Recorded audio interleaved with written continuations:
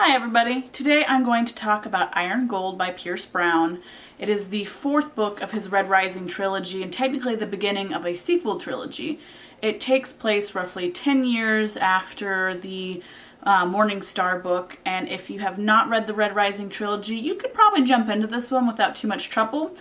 But you might get a little bit more out of it. Well, I don't know. You might get a little more out of it if you go back and read the first three books. If not, I think you can jump in. Actually, if you've read the first three books, this one might be a little bit more jarring. Red Rising, Golden Sun, and Morning Star all had the singular point of view of Darrow, and this one kind of threw me for a loop because it has 4 points of view. It has Darrow, read by Tim Reynolds, Lyria, read by Aedin Moloney, Ephraim, read by John Curless, and Lysander, read by Julian Elfer. So you've got 4 different people going on. I do enjoy Tim. In the first Red Rising book, it took me a while to kind of get used to his style, but once I got used to it, I thought he was great. I enjoyed it, felt he did well with the character.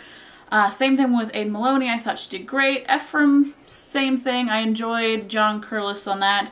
The only one I kind of had an issue with was, of course, now in the end, Julian Elfer with Lysander. I felt like it was, and I understand a lot of it was based on the character.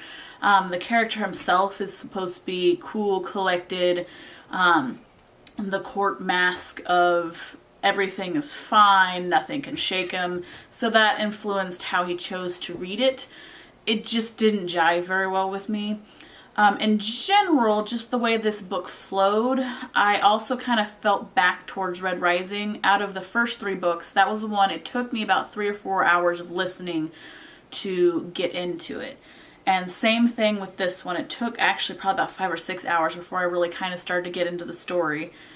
Story-wise, told an interesting tale, delves more into different parts of humanity.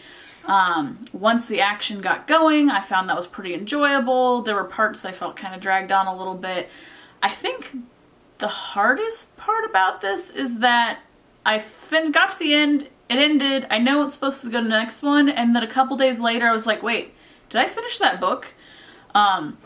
So I'm a little disappointed on this with Pierce Brown. I think it's still a good book. I think it's interesting. I'm willing to see where it goes next, but definitely not my favorite of this series. And it was enough that I almost kind of wondered, do I need to continue reading this series? Would it be better if I waited till book 5 or book 6 was out before I even finished listening to this one? So that kind of gives you an idea of how I feel about this. If you love the series, you'll probably enjoy it. If you've never read the series, it might be a little rough jumping in. If you didn't like this series, then definitely don't jump into this one.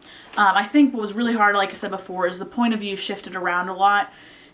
And I think that really kind of hurt some of the flow of the book, because there are points where I felt like we're going along, we're moving along, things are interesting, and then it jumps. And it makes sense at some points to jump, but the effect was almost a little bit jarring. As to length, if you're listening to this book, it's 23 hours and 23 minutes, so it's a good long listen. If you are picking it up to read it, it's just shy of 600 pages, so also pretty thick.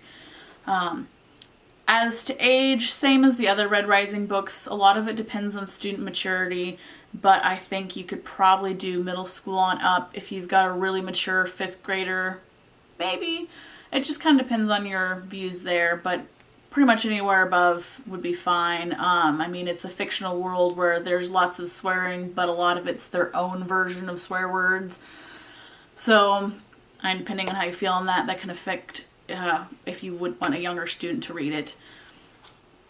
I think in general, if you haven't read it and you enjoy this, I would say wait until maybe the 5th book or 6th book comes out. We'll see how that goes. If you have read or listened to Iron Gold, put your thoughts in the comments below. I would love to see what you liked, what you hated, what you wish there was more or less of. I'd just like to hear your thoughts. If you have suggestions for other things for me to add to my ever-growing list, put those in the comments below as well. And then if you would like to see Red Rising, some point I would like to get back and read that again. When I read that again, I will put a new video up here. And then when book 5 comes out, I will put a nice little review up here as well when I finally get to that. If you enjoy what you see, please like and subscribe, or hit the little button below. I know it's a little bit of shameless pandering, but that's the only way you're going to know if there's more books. So we'll see you next time.